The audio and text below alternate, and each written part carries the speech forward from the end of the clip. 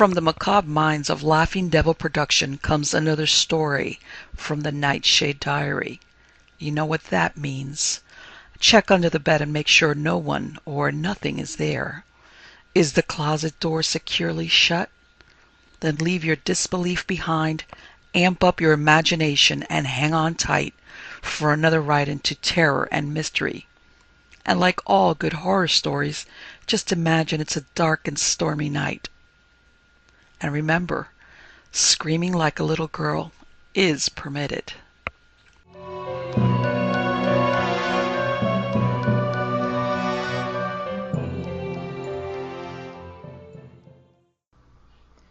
The Cry of the Banshee. Let me state plainly that I lay no claim to being what is termed a scientific psychic researcher.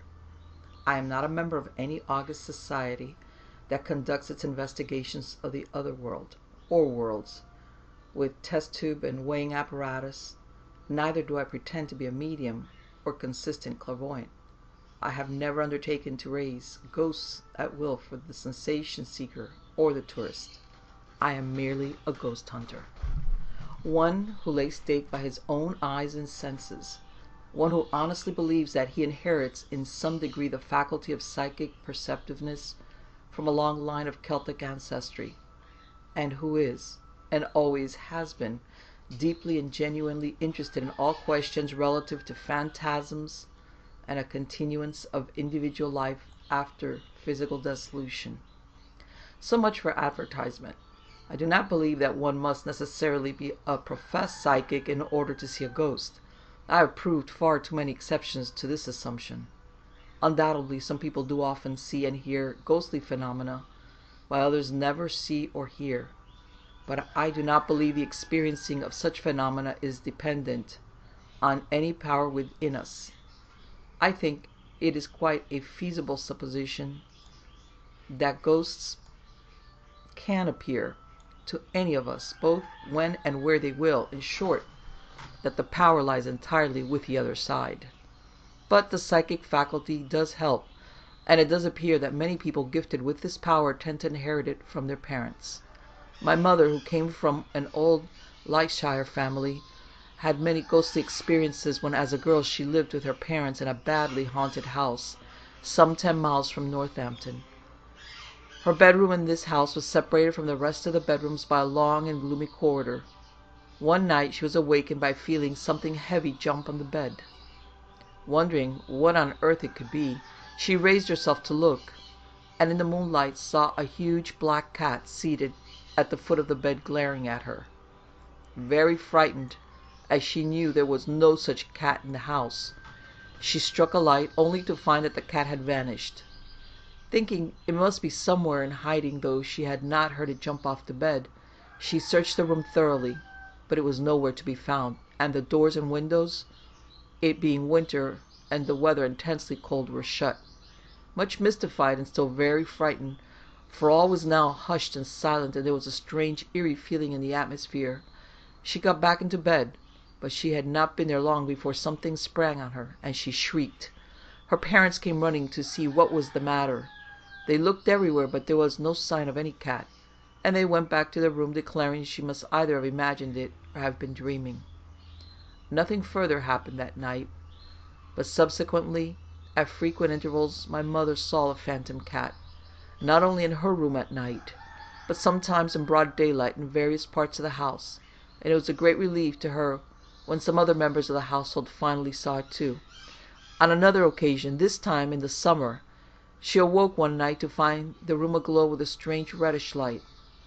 On looking round to find the cause of the light, she saw that it came from a fire burning brightly in the grate, and that seated in front of the fire, with his back turned towards her, was a man in a blue tailcoat, peruke, and knee breeches, holding a baby in long clothes on his lap.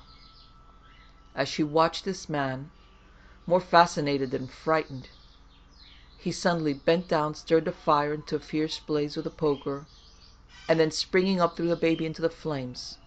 My baby was so shocked that she fainted. When she recovered and opened her eyes, the room was in darkness save for the moonlight. The grate was black and empty, and nothing whatever remained to remind her of the tragedy she had just witnessed. but the horror of it so unnerved her that she felt she could never sleep in that room again. Her parents, therefore, allowed her to occupy another room, although they did not encourage her in attributing her experience to the supernatural. After this, she had no more disturbed nights, but she experienced a ghostly happening in broad daylight that alarmed her more than any of her former experiences. She and a maid were left alone in the house one day when the rest of the family went to a fete in a neighboring town. The two were walking in the grounds of the house when my mother, discovering she had left something she wanted in her bedroom, ran indoors to fetch it. Having got it, she set off to rejoin the maid, and being anxious to do so quickly, she cut through the housekeeper's room and along a stone-paved passage leading to a side entrance that was seldom used, at least by the family. On crossing the housekeeper's room, she heard a noise behind her, and looking back saw the handle of a cupboard door.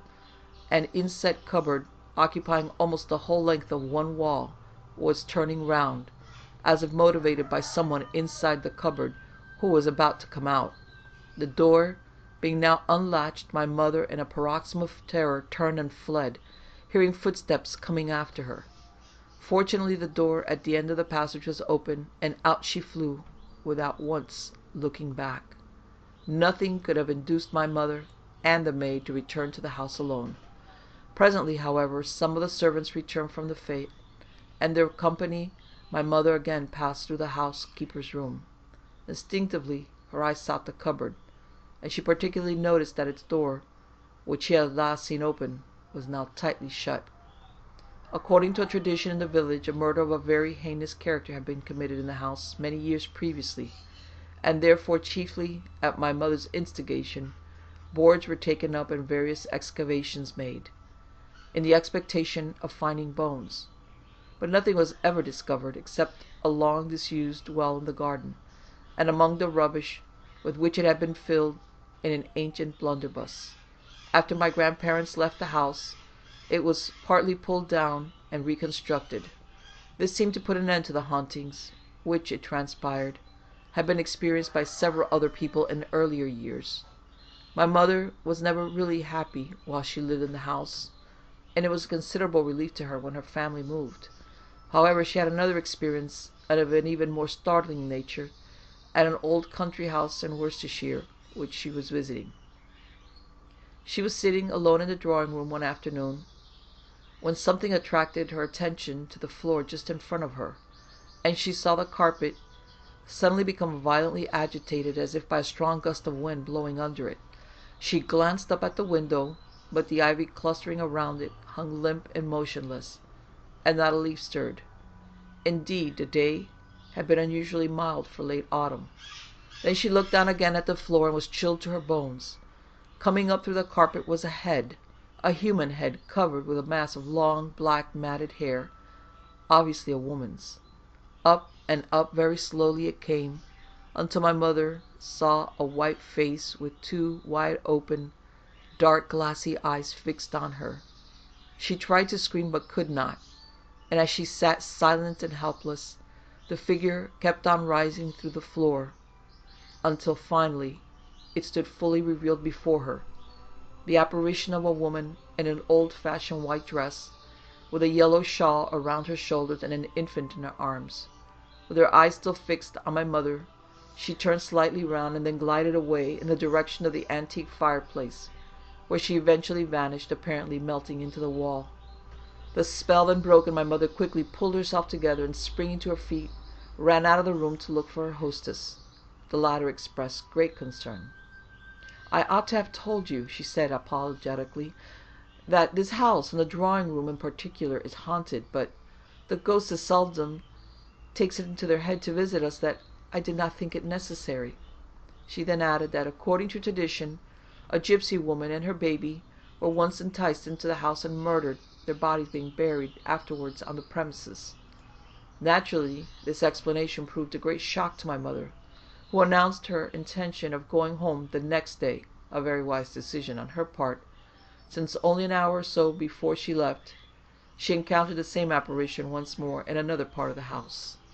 My object in recounting my mother's experience is simply to show that if the psychic faculty exists, She undoubtedly had it, and that being so, I might probably inherit it from her as well as from my father. My father came from County Limerick and belonged to the Trog Castle O'Donnells. The faculty of his family was never so vividly demonstrated as at his own tragic, violent death, which occurred when I was barely 6 months old. As I've already stated, my father's vocation was that of a clergyman of the Church of England, and it was while awaiting preferment from one living to another that he decided to go for a trip with a clergyman friend to Palestine. The two traveled together as far as Alexandria, but there they parted, my father suddenly deciding to go to Abyssinia with a member of a well-to-do family whom he had met on the voyage out. One evening, about 3 weeks later, my mother was sitting alone in the drawing room of our old home in Ireland. It was a wild night, the rain coming down in torrents and the wind howling round the house and down the chimney. There was no gas in the house, and my mother, finding the lamplight somewhat trying to the eyes, had given up all attempts to read. Gradually succumbing to the warmth from the fire, she relapsed into a gentle doze. She was awakened by a loud crash. Jumping up from her chair in fright, she found that one of the windows had been burst open by the storm, and that a screen standing near it had been knocked over. She was about to replace it, when from the hall outside there came a series of the most appalling screams. She ran to the door and opened it. All the servants were collected in a group listening. "What has happened? What is it?" my mother asked, gazing in astonishment at the pale faces in front of her.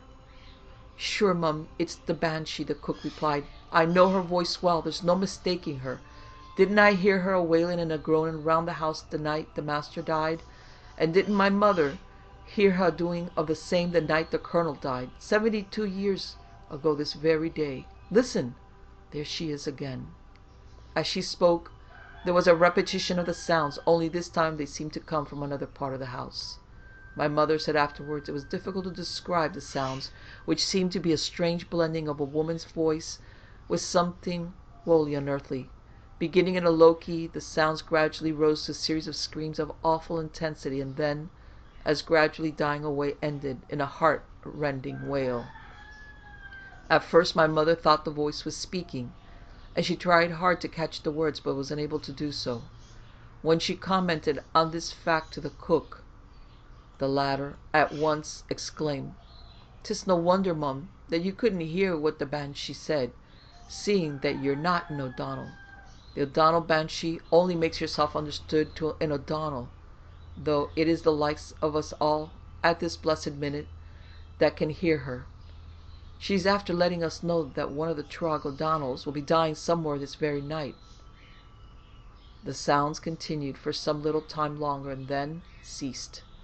Simultaneously the storm abated, and my mother and some of the servants went out into the grounds, but nothing was to be seen, save the long row of motionless trees facing the house, and the long leaden line of the distant river that formed a boundary to the grounds.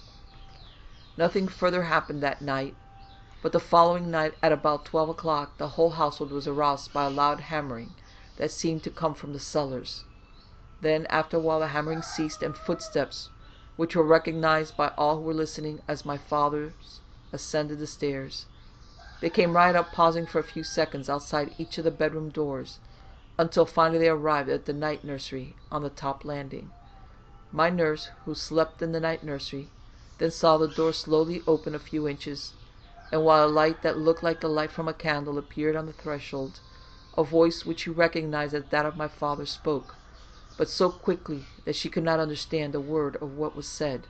She was, of course, far too frightened to utter a sound, let alone make herself known to the speaker, and as soon as the voice ceased, the light was withdrawn, and the door closed. The steps then retraced their way downstairs, and nothing more was heard that night. The following night, however, at the same time, the same phenomena occurred, and they occurred repeatedly every night without intermission for a period of 6 weeks, when they abruptly ceased. After each fresh occurrence of the phenomena, those who experienced them and believed them to be due to the spirit of my father made up their minds afresh to try to overcome their fear sufficiently to speak the next time they occurred. But when the next time arrived, the same thing happened. Fear or something invariably prevented them from uttering a sound. and so in this case, as in most cases of bona fide haunting, there was no communication with the ghost. These nightly disturbances following on her experience of the Banshee naturally made my mother very apprehensive for my father's safety, but she heard no news of him, ill or otherwise, till about 4 weeks after the disturbances began. She then received a letter from the French consul at Massawa, stating that her husband, the Reverend Henry O'Donnell, had died at Arquico, a village on the Red Sea coast, under circumstances that strongly suggested foul play. In fact, as she later heard from various people in Massawa, there was no doubt whatever that he had met his death at the hands of a gang in that area, who robbed and murdered any stranger with money who fell into their hands. It was established that my father had been killed at about noon on the day after the Banshee had been heard at our home by my mother and the servants. After an interval of 8 years, the Banshee again demonstrated its presence in the same house, but on this occasion it was a malevolent Banshee, and it was not only heard, it was seen. What happened was this. One winter afternoon, my youngest sister was going upstairs to the top landing, when she was brought to a sudden halt by the appearance of a strangely unpleasant face, looking down at her from over the balustrade. Long and narrow and crowned with a mass of matted, towel-colored hair, it emitted a yellowish green light, and as my sister gazed up at it petrified with horror, its pale, obliquely set eyes seemed to smile evilly. For some seconds my sister was too spellbound to move, but at last, tearing herself away from the spot, she ran helter-skelter downstairs, and as she did so the whole house echoed and re-echoed with loud peals of satanical laughter. As before, the servants assembled in the hall, terrified at the sounds, and it was our own nurse who proclaimed them to be due to the Banshee. The purpose of its advent was soon demonstrated, for a few days after my sister saw it, an O'Donnell aunt of ours died, and exactly a week after its manifestation, my mother died. So much for my family hauntings. In the following chapters, I now give some of the more interesting cases which I have investigated and which have come to me over a period of more than half a century spent ghost hunting.